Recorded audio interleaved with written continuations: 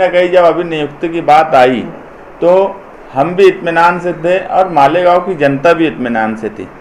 मुझे जो लगता है कि इस मामले में मालेगांव शहर में, जो मैं बार बार बोलता हूँ कि एनजीटी के सहारे से कचरे की चोरी जो लीडरान कर रहे हैं, कचरे के नाम पे जो रुपया पैसा कमाने की कोशिश कर रहे हैं, ऐसे सब लोग अपनी दुकान बंद ना हो जाए, वो वाटर ग्रीस का सवाल हो कि आउटसोर्सिंग का सवाल हो या बायो माइनिंग का सवाल हो, करोड़ों रुपया कचरे की चोरी में इस्तेमाल किया जा रहा है। और मुझे भी जो उम्मीद थी कि अब IAS ऑफिसर आएंगे तो फिर कोई सख्त फैसले होंगे और जो ये कचरे के नाम पे जो लीडरान चोरी कर रहे हैं इन पे कहीं ना कहीं लगाम लगेंगी। मगर जो मुझे बहुत ऑथेंटिक ज़राए से बातें, सब चीज़ का इल्म है ऐसा नहीं है, मगर मेरी जो मालूमात है कि मंत्रालय में IAS ऑफिसर यहाँ ना आ पाए, इसके लिए बहुत से लीडरान कोशिश कर रहे हैं।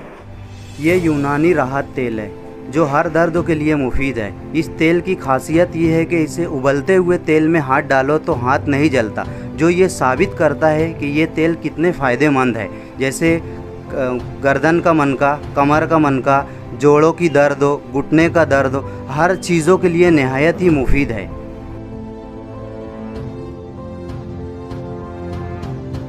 और वो कोशिश जो है वो भ्रष्टाचारियों का साथ देने की हो सकती है, मालेगांव की जनता का साथ देने की नहीं हो सकती। कानूनी कार्रवाई हर तरह से आपने की, तो इसमें आपका कुछ अमल दखल रहेगा ये मामले में, अगर ये साबित होता है कि उसको रोकने की कोशिश जारी है?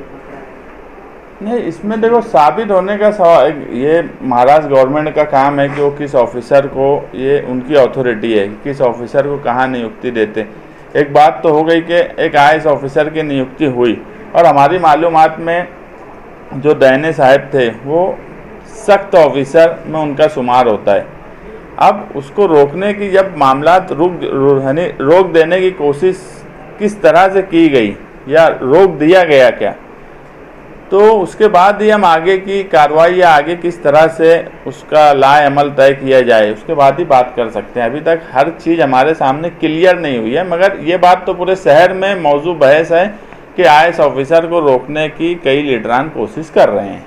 मतलब एक बात तो इससे साबित होती है कि उनके आने से पहले कहीं ना कहीं लोगों में डर था, जो इसमें शामिल थे, चोरी के मामला में शामिल थे, कहीं ना कहीं वो आएंगे तो फिर भ्रष्टाचार ओपन ना हो, खासकर ये मामला रह सकता है। आम लोगों में खुशी थी, भ्रष्टाचारियों में डर था, भ्रष्टाचारियों में डर था।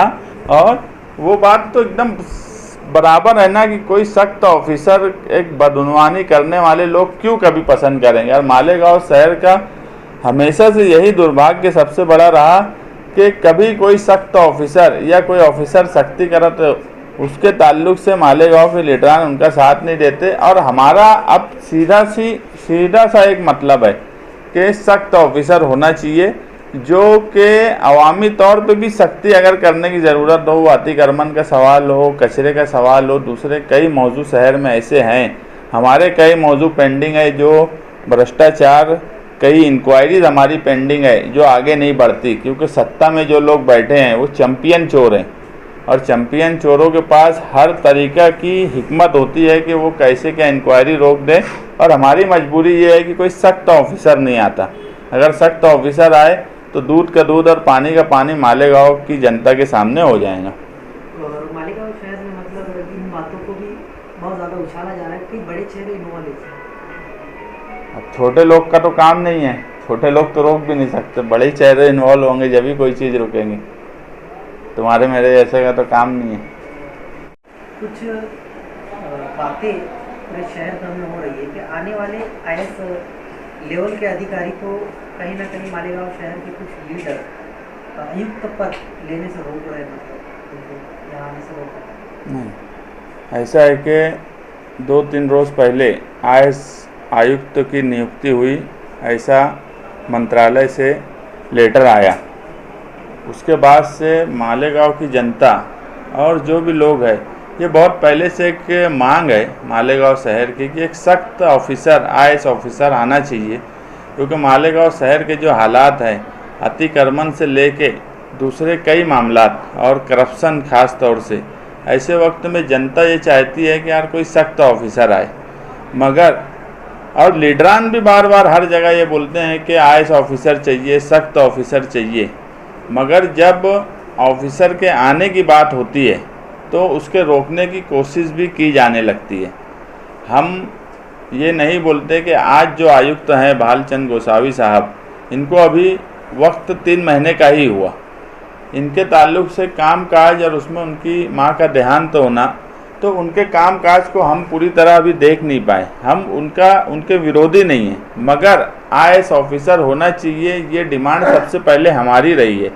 उसकी वजह के सेंट्रल गवर्नमेंट ने जो 2018 में राजपत्र निकाली, उसमें मालेगांव के लिए एक आईएएस ऑफिसर नियुक्त किया गया, जो स्टेट गवर्नमेंट ने मालेगांव को देना चाहिए, रिजर्व किया है मालेगांव के लिए। वो डिमांड हमारी थी कि जब सेंट्रल गवर्नमेंट आईएएस अधिकारी स्टेट गवर्नमेंट को, महाराष्ट्र स्टेट गवर्नमेंट को मालेगांव के लिए भी दे रहा है, तो मालेगांव में क्यों आईएएस ऑफिसर की नियुक्ति नहीं होती।